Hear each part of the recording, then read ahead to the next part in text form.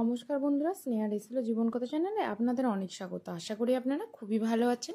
আজকে আমি আপনাদের বেথুয়া শাক বা বেথু শাক দিয়ে আজকে একটা মজার রেসিপি করে দেখাবো।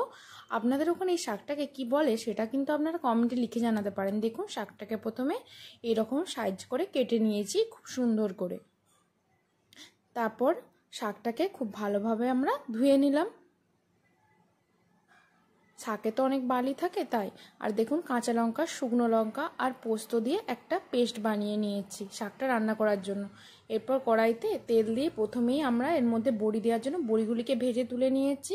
এরপর শুকনো লঙ্কা, তেজপাতা আর 5 ফোড়ন দিয়েছি। তারপরে ওই বেথো শাকগুলিকে দিয়ে দিয়েছি। দেখুন, এরপর এইগুলিকে খুব ভালোভাবে ভেজে নেব।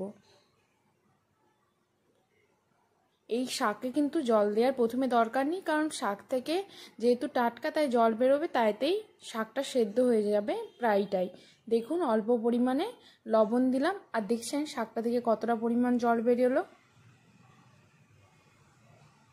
দেখুন, শাকটা কিন্তু অনেকটা কমেও গেল, সাথে সাথে শাকটা থেকে জল বেরিয়ে বেরিয়ে শাকটা অনেকটা সেদ্ধও হয়ে গেছে। তারপর আমরা ওর মধ্যে কাঁচা লঙ্কা, শুকনো লঙ্কার পোস্ত যেটা বেটে রেখেছিলাম ওইটিকে দিয়ে দিলাম। দিয়ে এবার শাকটিকে খুব ভালোভাবে ফুটিয়ে নেব।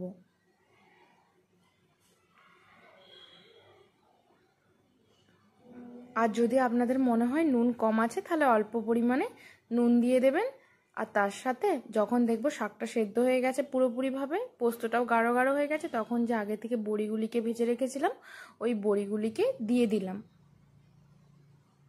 ব্যাস, তারপরে আর কিছুক্ষণ ফুটিয়ে নিয়ে নামিয়ে নিলেই রেডি এই মজাদার রান্নাটি। এটা কিন্তু খুব কম সময়ের মধ্যেও হয়ে যায় আর খেতেও প্রচুর সুস্বাদু হয়। আপনাদের ওখানে এই শাকটাকে কি বলে সেটাও কিন্তু জানাতে পারেন। আশা করি আপনাদের ভালো লেগেছে। ভালো লাগলে লাইক, শেয়ার, কমেন্ট, সাবস্ক্রাইব করে স্নেহা রেসিলো জীবন কথা চ্যানেলের পাশে থাকবেন। পরবর্তীতে নতুন রেসিপি নিয়ে আবার ফিরে আসবো।